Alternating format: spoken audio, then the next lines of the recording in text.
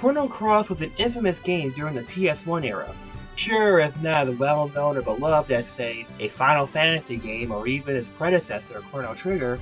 Anyone who experienced it had a lot of positive things to say, rather it be for its unique gameplay, great soundtrack, but also some of its faults, like having an entire army of 40 characters in your party, or the odd placement of it being a sequel to Trigger, through some very complicated lore. It was a game I enjoyed when I was younger, and I didn't really know what Chrono Trigger was until a lot later. Look, I was young, and it didn't even have a tagline like Chrono Trigger Part 2. Like, what the f*** is a Chrono Trigger? Had I known, I probably would have avoided it. Just like the Final Fantasy sequels. Oh, there's Final Fantasy VII? Well, I gotta have to play the other ones first. I love the gameplay and the music. So much so, I use it for other videos I made. And even though not knowing the details, I still managed to enjoy the game. But I do admit that the storytelling is pretty faulty, since all of it is told through text dumps. And adding a fast forward button in the New Game Plus did not help matters. The game itself did fairly well. It sold a good amount of copies, and it was considered to be one of the greatest hits for the PS1. And despite its shortcomings, it had a lot of good ratings. But I still don't know why it didn't have a sequel. Now sure, it's not a by-the-book sequel to Trigger, but Final Fantasy's done that for years. Like, are people gonna hate Final Fantasy VIII for not having Cloud? Like, come on. This isn't Sonic 06 here. So it's odd to me that there's only 2 games in this franchise. Well, technically there's 3. In the middle of Trigger and Cross, there was actually another game. That was a prototype to Chrono Cross called Radical Dreamers. I actually recognize the name Radical Dreamers, but I thought it was like, I don't know, the name of the band or something. But, like every other game I seek to review, it's not an actual game, but rather a visual novel. The game was released on a now very obscure add-on for the SNES, well, technically Super Famicon, whatever, called Satellaview, which was only released in Japan. And it was an add-on that allowed players to play games for a limited time through broadcasting. Let's just say it's a very rough version of online play. And I really meant it when I said it was limited, as some of the games can only be played on certain days, hours, and wrong freaking image, and can be lost if you missed out. Trigger had a few small title releases, mostly small stuff, but Radical Dreamers was the most unique, as it was a full-on visual novel. But it was only broadcast for an entire month, between February 3rd, 1996 to March 8, 1996, as the service was shut down. Dreamers star the main characters from Cross, Serge and Kid, who are also accompanied with another character named Magil, as they enter into Viper Manor to stop Lynx, an evil Catman. But a lot of the characters and style are fairly different. One aspect includes Serge. He's an inexperienced thief who follows Kid, and I think he's slightly younger. Now Serge in Cross is pretty hard to read since he's a basic silent protagonist. Kid is a very important character in this game in Cross. You see, Kid is a Solid Snake-like clone based on another character in Trigger named Schala, who is a princess from an ancient kingdom who gets corrupted by a space hedgehog thing called Lavos. However, Kid and Scala's personalities are different, as Kid's a lot more cynical and hot-headed. Imagine Asuka if she was a pirate, with the voice of those Gen 8 Pokegirl parodies, along with a backstory more confusing than a Kingdom Hearts character. And, oddly enough, Kid is very consistent between both games, even having a similar backstory where she was raised by Lucca, but was killed by Lynx, and Kid wanting revenge. And then there's Magil, a mysterious mage whose backstory is shrouded in mystery. Who is a magnet is Magus, who is also Kid's older brother, although they technically refer to Kid as a daughter clone, so I guess he would be her uncle. It also seems many of these characters can't actually cast magic, because he's the only one who can. And it appears this dude has so many identities it's hard to keep track. Kid and crew break into Viper Manor very late at night. The manor itself has its own map, but since it's text only, it will take a little time to get used to, but you'll eventually figure out where things are. It's not as big as it sounds since you'll be backtracking a lot. As you venture through, you'll have some random encounters with goblins, demons, skeletons, griffins, and sometimes ghosts and leeches. The first room hallway contains a clock storeroom and a locked door. If you venture more, you'll find a study and a ballroom. Go upstairs and it'll lead you to a dungeon where spikes fall on you. But your main interest now is getting the key to the locked door. So you go downstairs when you enter Lynx's headquarters, where you will find the answers to this talking head, which are 66, 5, and 9. What? Going to the other side will send you to a pool full of piranha fishes. Anyways, the head will tell you to go to the study and find the key in the purple book from the back. Entering the treasure vault shows you the frozen flame, the MacGuffin, and cross. But it's fake, and the band must fight off the goblin guards.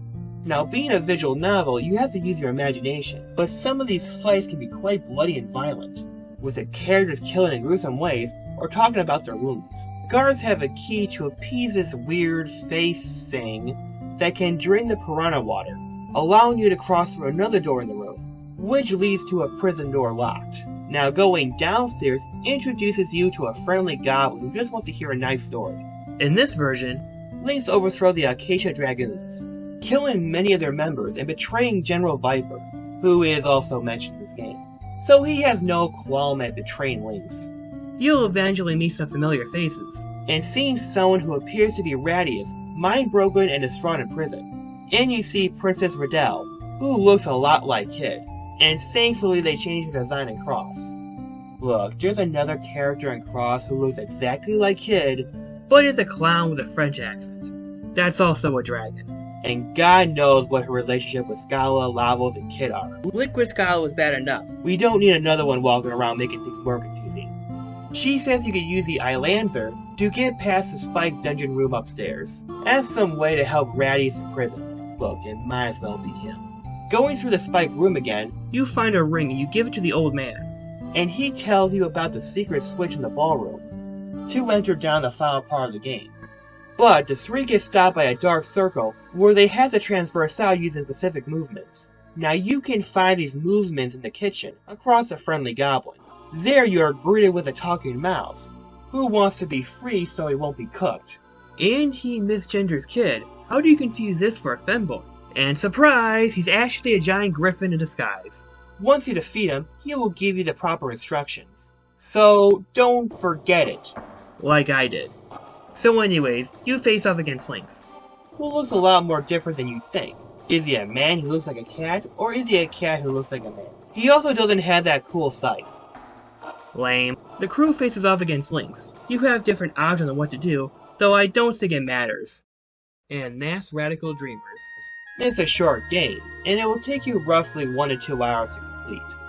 One thing I think is really interesting is that you do fight battles in this game, and you can die, which is refreshing for all the other games I've been playing, and it can even happen during your encounter with Lynx, if you're that low on health, and he can choke you to death, because I forgot what the rat told me. And when I tried to load the save state earlier, I accidentally saved that save state to the title screen, so frick. But I still managed to get my dumb ass to do it properly.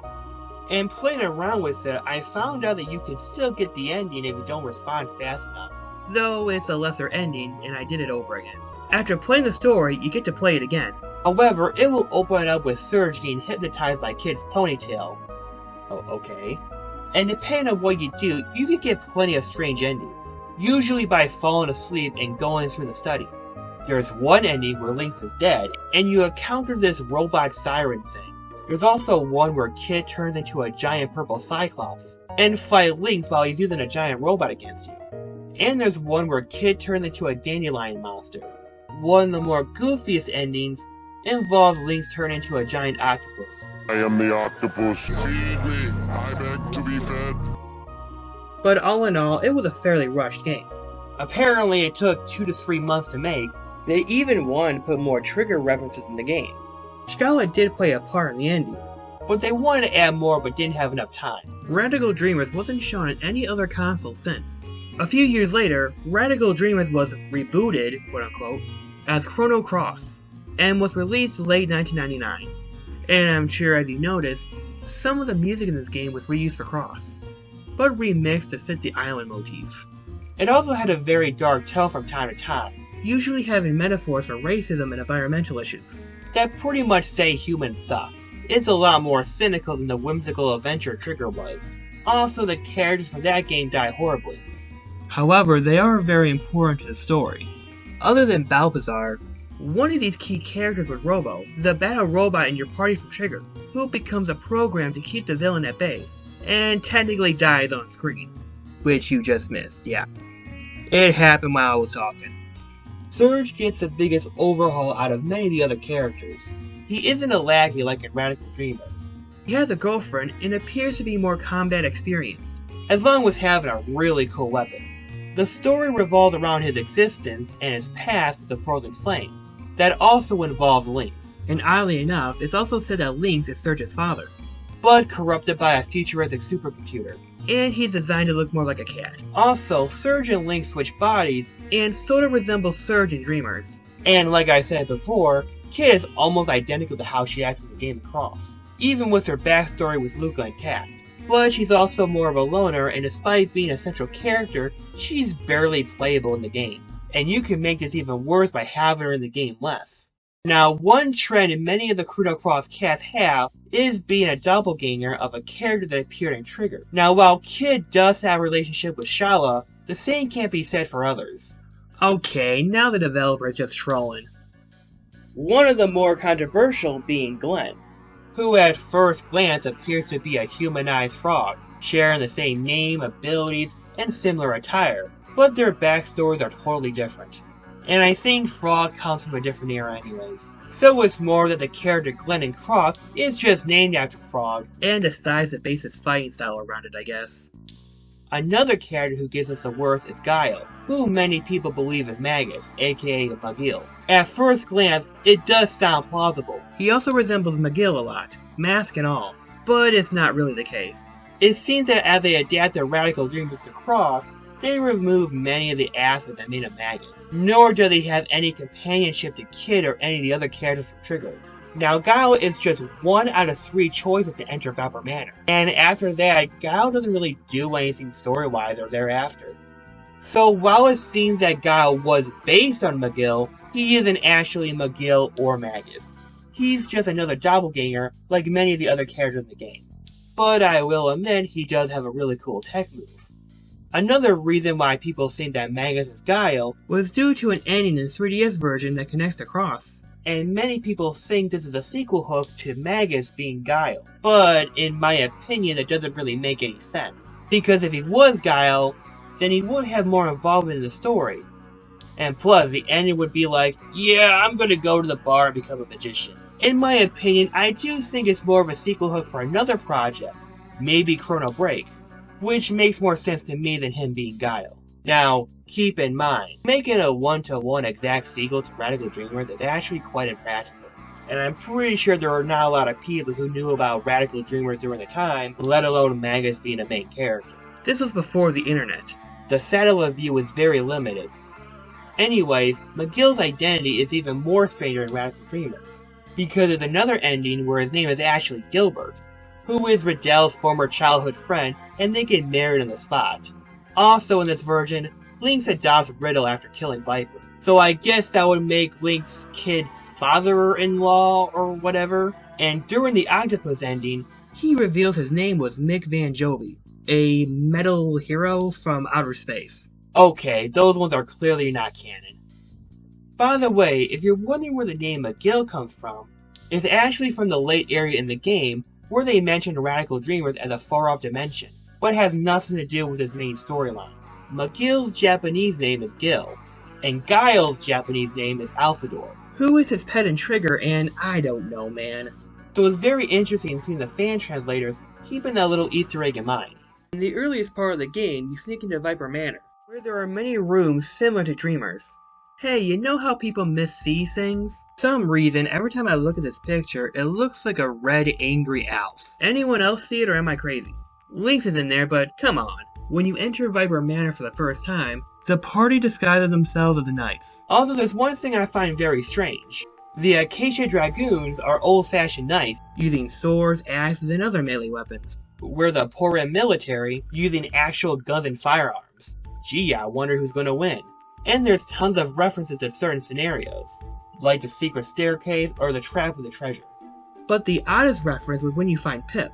It mimics the scene with the Rat Griffin, but played totally straight, where the original one was a trap. Another striking differences are the monsters. The main enemies are these strange will-o-wisps that appear out of nowhere, alongside these strange mutant bats. And instead of goblins, there's giant robots, or these giant door monsters, or this strange pot monster, and a few mimics.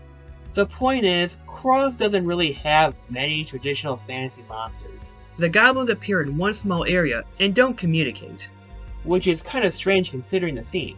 Sequence break!